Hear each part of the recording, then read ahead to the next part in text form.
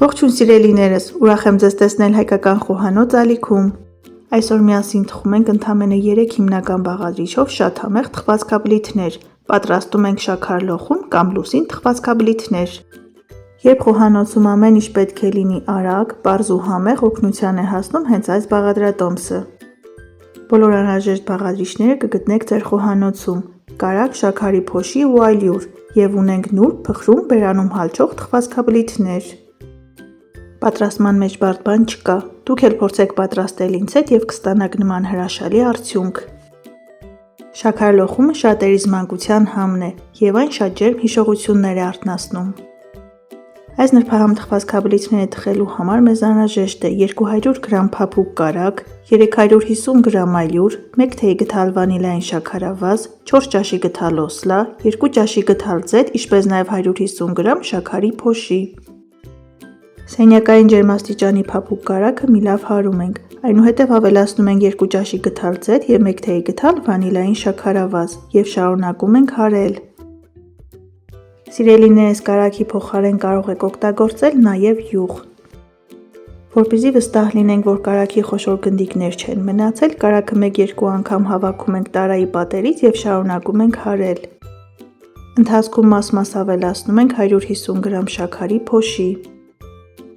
Որպեսզի մեր պատրաստած թխվածքաբլիթները իրենց ձևը պահպանեն և թխվելու ընթացքում չընդարձակվեն, ավելացնում ենք 4 լիքը ճաշի գթալ օսլա։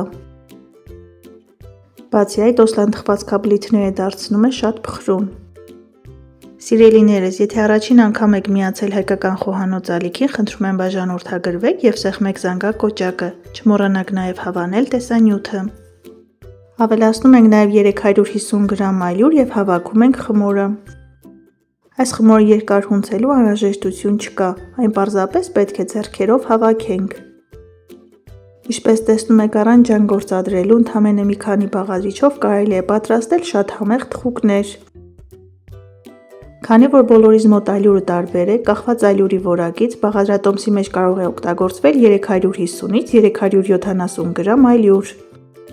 Սիրելիներս, եթե նկատում եք, որ խմորը չի հավաքվում, խմորի մեջ ավելացրեք ևս 1-2 ճաշի գթալ ձեթ, պետք է ստանաք նման արդյունք։ Առանց այլուր օգտագործելու խմորը բացում ենք առնվազն 1 սմ հաստությամբ։ Այնուհետև բաժակի օգնությամբ կտրում ենք լուսնի ձև ունեցող թխվածքաբլիթներ։ Քանի որ այս թխուկները բավականին հագեցնող են, ես կտրում եմ փոքր տրամագիծ ունեցող բաժակով։ Այսպես հարմար է ճաշակել և թխվածքաբլիթները ունեն գեղեցիկ տեսք։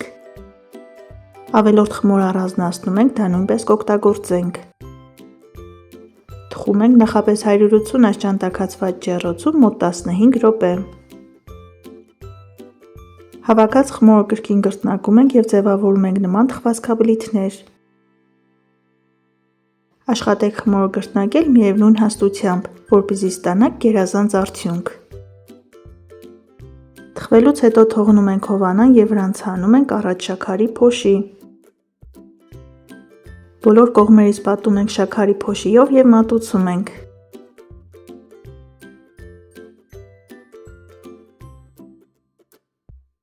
Փխրուն, արտակարգ տեսք ունեցող, բերանում հալչող թխվածքաբլիթները պատրաստ են։ Չենք մոռանում 1 գավաթ սուրճ կամ թեյ դնել և անուշ անել։ Բարի աղորժակ։